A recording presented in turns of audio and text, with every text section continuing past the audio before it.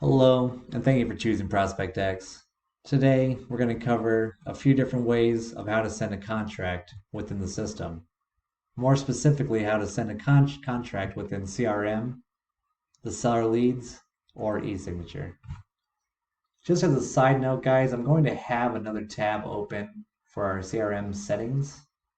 It looks like this. Just don't be confused when I kind of bounce back and forth. So let's open up a seller lead and see if we could find one that we could kind of test with. Timmy test is the one.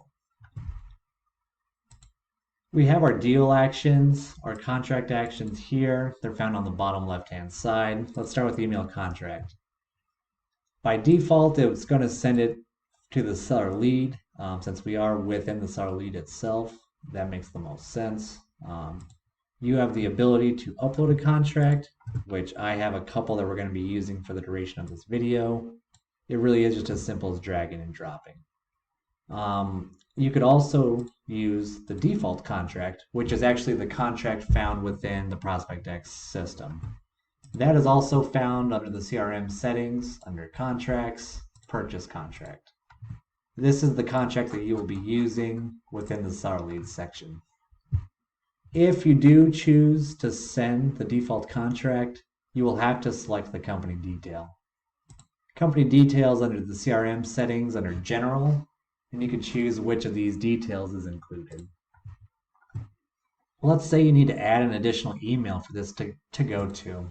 It's just as simple as adding it here and sending it when you're ready. Now let's look at how we do e-signature. It looks virtually identical. It's trying to send it to the seller lead, but it's saying if you need to not just send it to an additional email, but another signer, we could do that through e-signature. So we can just add our signers here. Let's say besides Timmy, and of course me, the person buying it, I need Emily, Alpha, and also Kevin, Bravo, to sign this as well.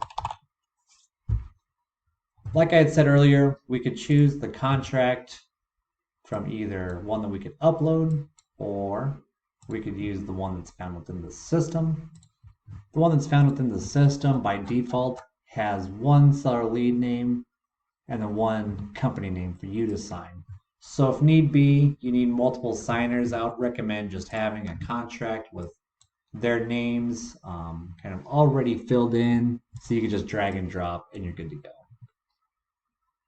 I'm ready to proceed with this contract, so let's go ahead and have EverSign created and start dragging and dropping who we need signed. Let's scroll down to the signature section, and now we need to start drag and drop. This is pretty straightforward, but it can be confusing the first time.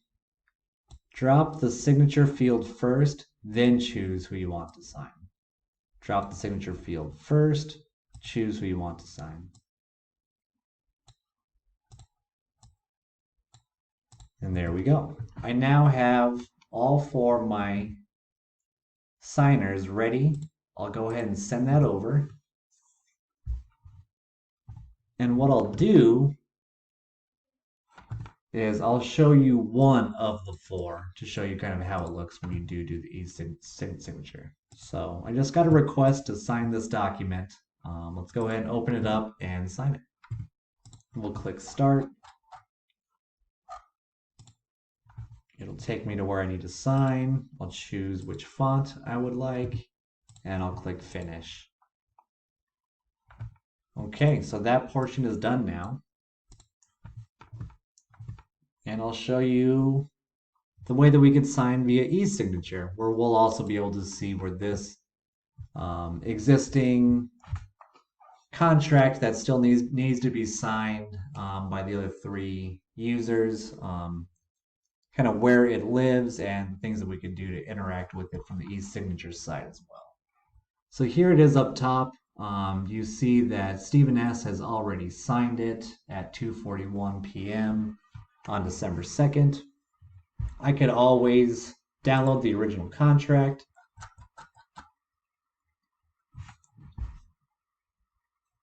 Oh, I made that too big.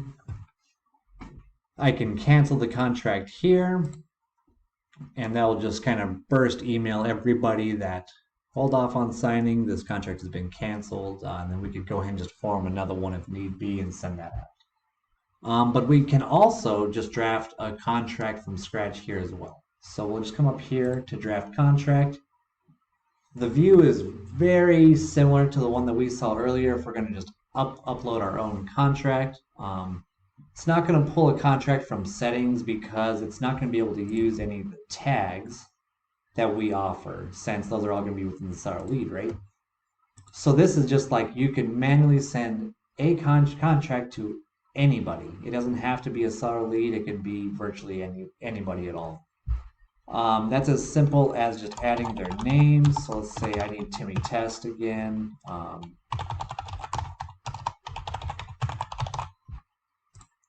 I need M1 Alpha.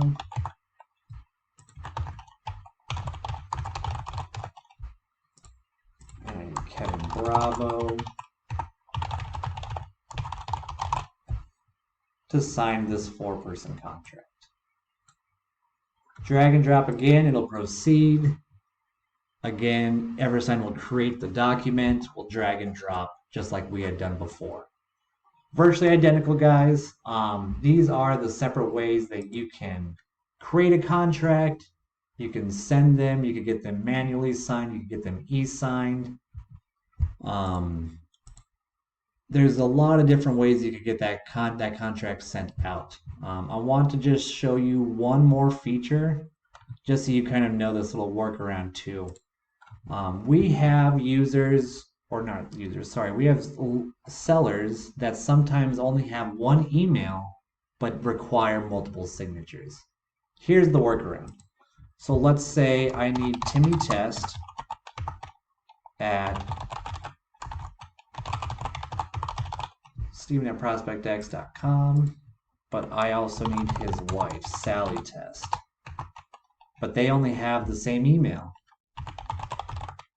Add a plus sign, put the number 1. The rest of the email is identical. You drop it, you proceed, you create it, you drag and drop your e-signatures like we had done earlier, and you're good to go. This is a great workaround to get 2 signatures or multiple signatures from the same email. I hope you guys found this video informative. I hope you enjoy the new ways we have to send our contracts, and thanks again for choosing ProspectX.